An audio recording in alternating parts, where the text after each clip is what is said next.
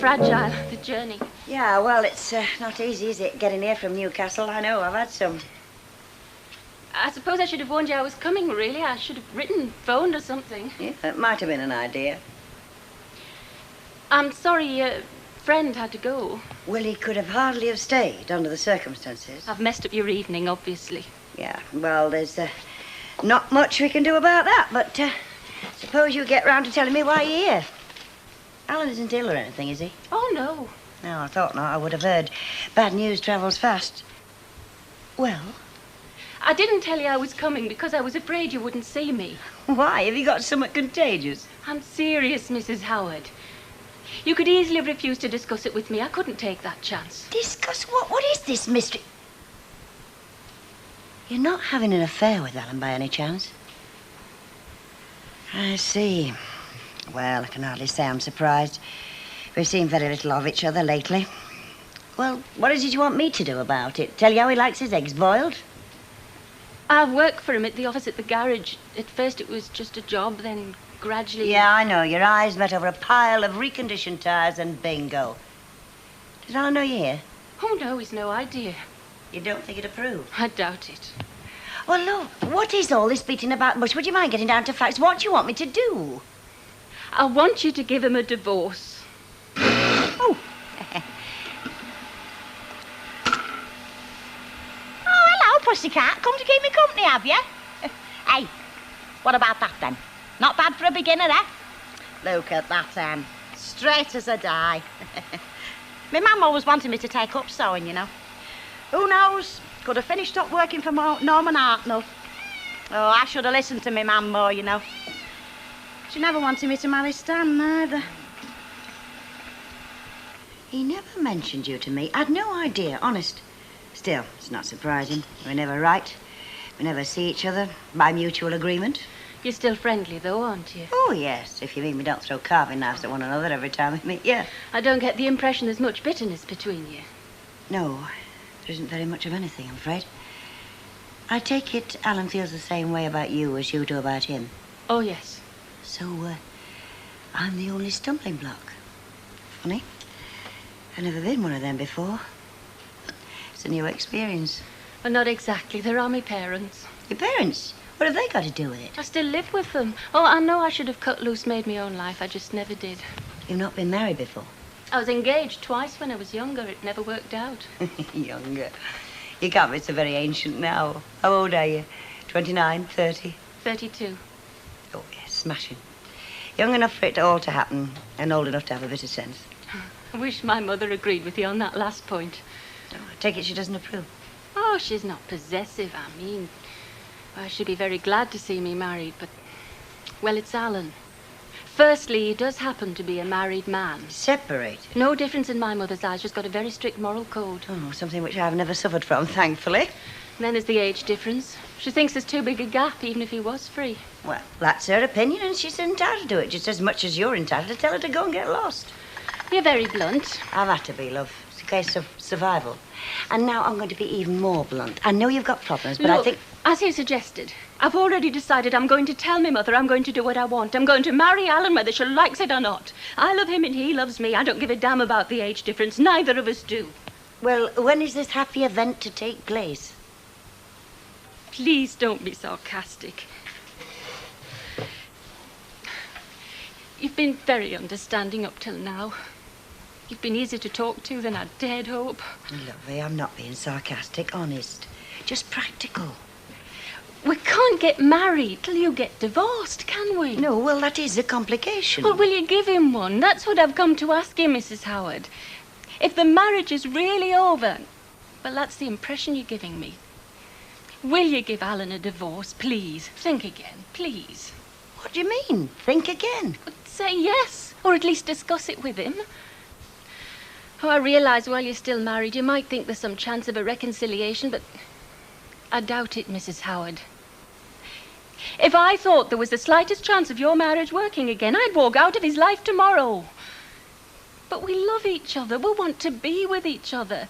Will you let us, please? And it's me that's stopping you?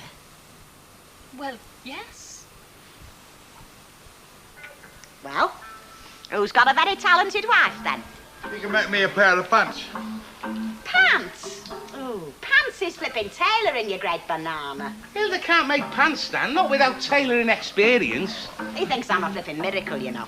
Mind you, I must be to us if I've been married to him for all these years. Well, it's not his fault, Hilda. You make everything look so easy, he expects too much of you, see?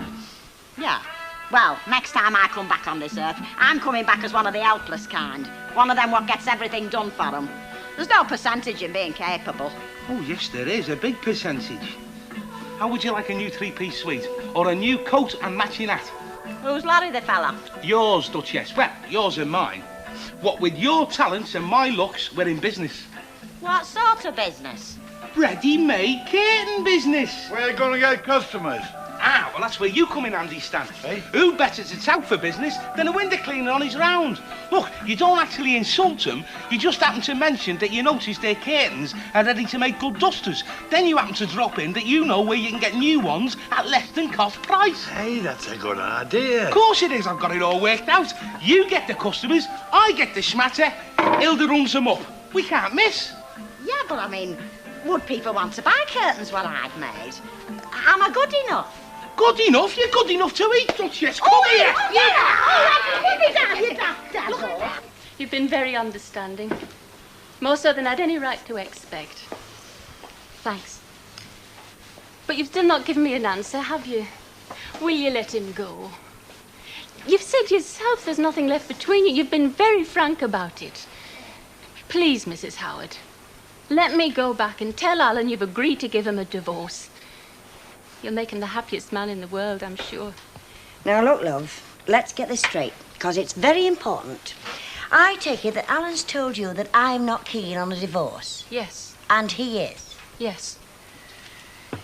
I take it you're not going back to Newcastle tonight? No, I've booked in at that hotel by the station. Yeah, well, let me sleep on it, love. And I'll give you my answer tomorrow dinner, promise. Thank you very much, Mrs. Howard. I said you'd make Alan the happiest man in the world. You'd also make me the happiest woman. I hope so, love.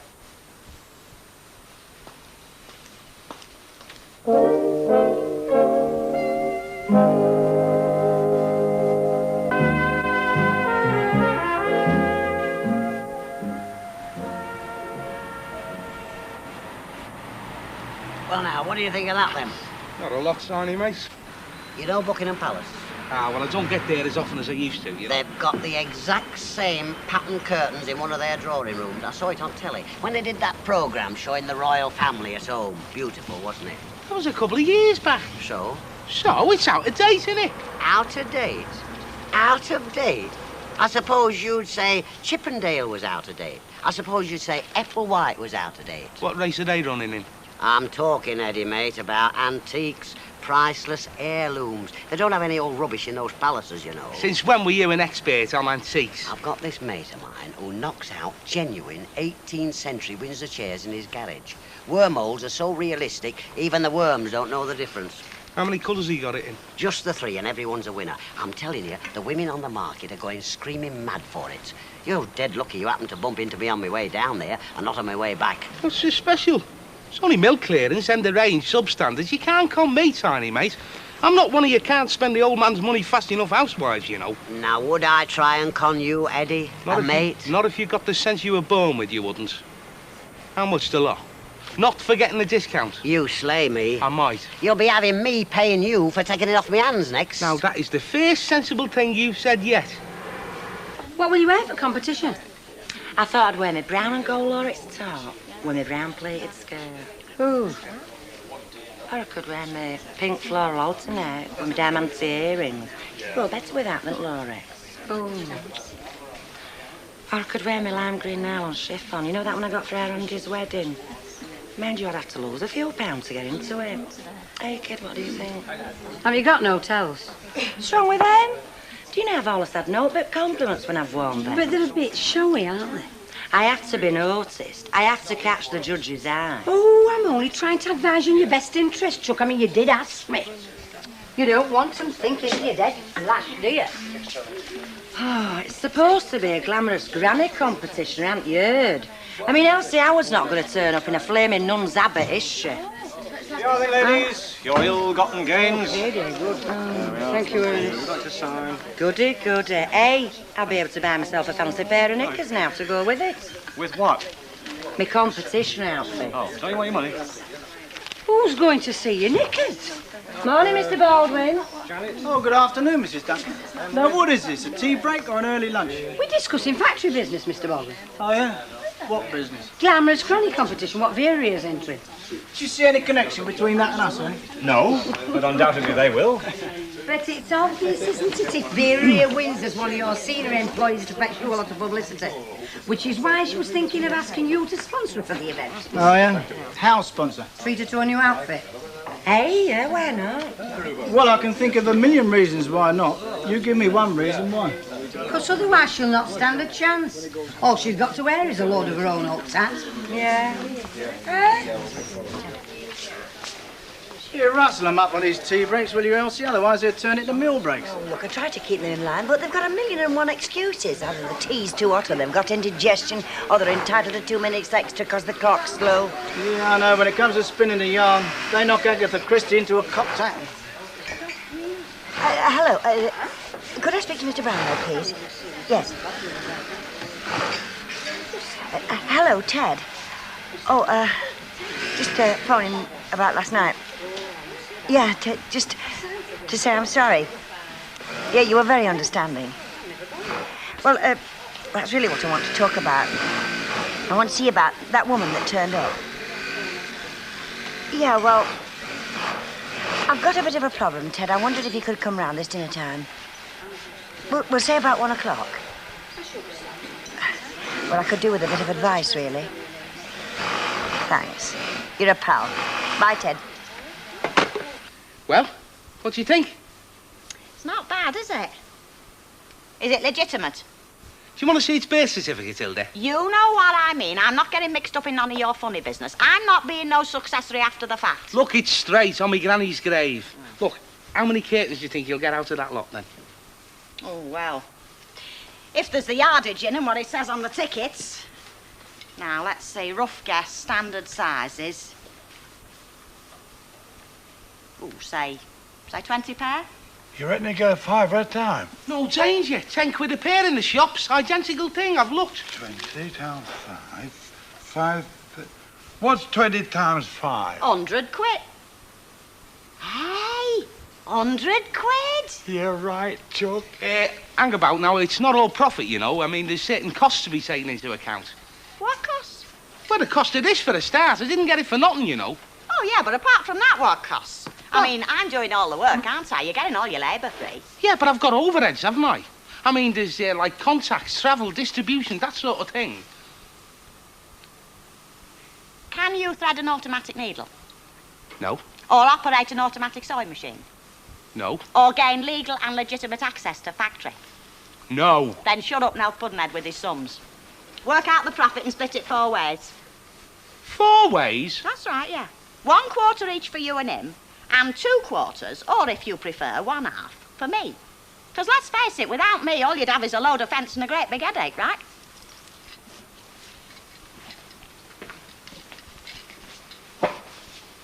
Do you know, I don't know why she isn't running a flaming country. Sometimes it feels as if she is. Alan's obviously told her that he's asked me for a divorce, and I refused. Has he ever asked for one? Oh, of course not. He never even mentioned it. Well, the odd line in a letter like, we've got to get our affairs sorted out someday, that sort of thing. So what's he up to? It's obvious, isn't it? He doesn't want to get penned down, and he's using me as a neat little excuse, that's all. You know the sort of thing. I would marry you, darling, but my bitch of a wife won't let me. That's the idea. It's not exactly new. Bit tough on the girl. Yeah, she's been conned all right. Aren't men swines? What, all of us? No, only the ones I marry. What time's she coming back? Well, she's going back at dinner time. She's going back today, so I've got to get this lot sorted out. What are you going to tell her? I don't know. I was hoping you'd help me with that. You see, she's a nice enough girl, but she's a bit dim. Oh, I don't mean it that way. I just mean that she's not worldly where fellas are concerned. It's obvious that Alan is the great big love of her life. So if you tell her the truth, that he's never even mentioned a divorce, that he's probably just stringing her along, you're likely to really upset her. Yeah, you can say that again. See, I tell her that he can have the divorce. She goes back to Newcastle and tells him that, and he's lumbered, isn't he? Unless he gives her the push anyway. Yeah, oh, well, why not? Then she'll have to face up to real life. We've all got to do it sometime. God knows I have to. Yeah, but there's a difference between taking knocks and handing them out. He hasn't given me any choice, has he? I could kill him for putting me on the spot with his lousy, rotten lies. I didn't ask to get involved in his love life. Your Rhoda really made these? With her own fair hands. And a sewing machine. No, I didn't know she could use one. She's been hiding a light under a bushel all these years. I want some sheets turning sides to middle. I'll have a word with her. She'd not know to write down, Mrs. Walker. She's a professional. Professional what? Curtain maker. And I'm in the job of selling curtains at £5 a time. A choice of 3 colours. Guaranteed satisfaction. Hey, do you think she could make one of them peasant skirts? I've got some of them. One of them very full ones that you wear over a petticoat, knit up at the side. They're dead sexy. She's a curtain maker, not a dressmaker, or a tea cosy maker. Now, anybody interested in curtains? Yeah, I might be, Stanley. In the craftsmanship, seeing your authority on the subject. No, in the thread, chum. He's an authority on the subject. Honestly, he's never mentioned a divorce. Seriously, no. But he told me he'd spoken to you about it, written to you. Well, he hasn't, love. Oh, look. Why don't you get on that train and go home? Tell him that you've seen me and that I've agreed to a divorce. Which you have, virtually. Which I have. What then, according to you, will just run for cover? Well, that's not 100% certain, is it? Oh, look, he might be quite serious underneath. He might mean every word of it. But he's just frightened of being tied down, so he's hanging on to me as a sort of defence. Then, on the other hand, he mightn't have meant it as anything serious, just, well, a bit of fun. Well, something a bit more serious than that, but nothing permanent. And then again, he might be worried about the age gap, like your mum and dad. You're just making excuses for him, aren't you? Well, maybe I am and maybe I'm not, but you'll just have to work it out for yourself. I feel such a fool. Because you fell for Alan's charm. Oh, you needn't, love. I've been that road myself once. He can be very charming if he wants to be, Alan. I should have known. No, you can only believe what you've been told. You can't work on the assumption that everybody's a liar. Look, you've got to find out the hard way. I have. I don't know what to say to you, love, except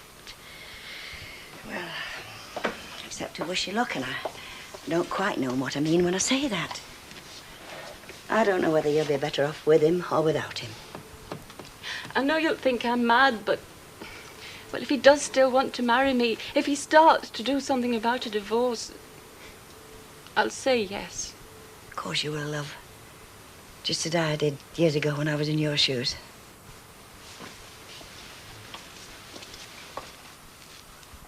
Oh, hello, push you back, are you? Hey, hang on, I've got something for you. Nice bit of corned beef fritter what Stan didn't eat. And I'll tell you something, Puss. If this lot really works out, I'm going to buy you a nice collar, red with a bell on. You'll like that, won't you? Because, you know, I reckon it were you what brought me my first bit of luck. Yeah, where have you gone? Puss. Go. Good evening, Mrs. Ogden. Oh, Mr. Baldwin. Oh, you did give me a fright. Guilty conscience? Well, I didn't think there was anybody else in the building. Why should I have a guilty conscience? Well, this should do for a start, shouldn't it? Oh, it's my material, bought and paid for. It's my time, my machine, my electricity and my thread. Oh, well, I'll pay you for the thread if that's what you're worried about. And I thought industrial electricity come free. Nothing comes free in this world, love. Oh, well, it's not really your time, Mr. Baldwin. It is my time. I mean, I've done all my work. I'm most particular about that. I don't scard. You can check if you want. Oh, I can see the place looks nice and tidy. Well, then. Only 8 o'clock. Oh, I don't hang about. Obviously not, but you started at 6 and it's now 8. That's 2 hours in my book. I'll pay you for 3. Or at least I have been paying you for 3. Oh, I am here for 3 hours, Mr. Baldwin. I don't leave while 9 o'clock.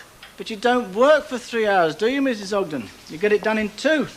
And the third hour, my hour, which I'm paying you for, you set up business for yourself. Oh, I never thought of it like that. Well, I did. It's a good job. So there won't be any problem, will there? Oh, well, I'm glad to hear that. I mean, some people could have been quite nasty. Nasty? Me, no, never nasty. Reasonable. So I'll tell you what arrangement we've come to. Oh, I knew we'd be able to come to some arrangement. In future, there'll be no curtain making. You get paid for 2 hours instead of 3. That's not an arrangement. Oh, yes, it is, and a very fair one, too. You get something out of it as well. Like what? Your job, Mrs. Ogden. Like you said, you could have ended up with a sack. It's a good job I'm a reasonable man. What are you looking so smug about? It's to right of your collar and all. Elizabeth? Yes? When Len comes in, tell him I owe him a drink, will you, on me?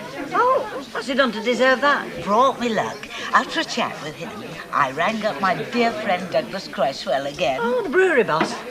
He has finally agreed to refurbish me. Has he?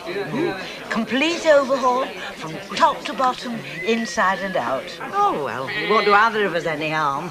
I hope he's going to do something about the pub and all. It's curtains for your curtains. Well, he's put a stop to it. Mike Baldwin. He can't do that. Oh, he can, and he has. I'm lucky I didn't lose my job and all. What about all that material? I had to pay cash on the nose for that. That's your problem. My problem? Yeah. The whole thing was your idea in the first place. It was you that suggested it. With your looks and my talent, we could go into business, Duchess. Duchess. You know what your trouble is, don't you, Edward? Too many bright ideas. Yeah, well, I wish you'd siphon a few of them over here. We could do with them. Item 1 pig's bladder. For inflation thereof. Court jester, royal... You mean the Jubilee float? Yeah, correct. We need attendant courtiers, ladies in waiting, and all that for Her Regal Majesty, Queen Elizabeth I, who will be the centre of the feast. Do hope I can rise to the occasion. Pardon? You're not playing Queen, are you? Who else? Well, I mean, I thought... Well, Ernest was just saying that Emily was rather interested. Yeah. Oh, I'm sure that Emily will understand. After all, I've already ordered my costume. You will explain to her, won't you? No problem. Oh, I see. All right.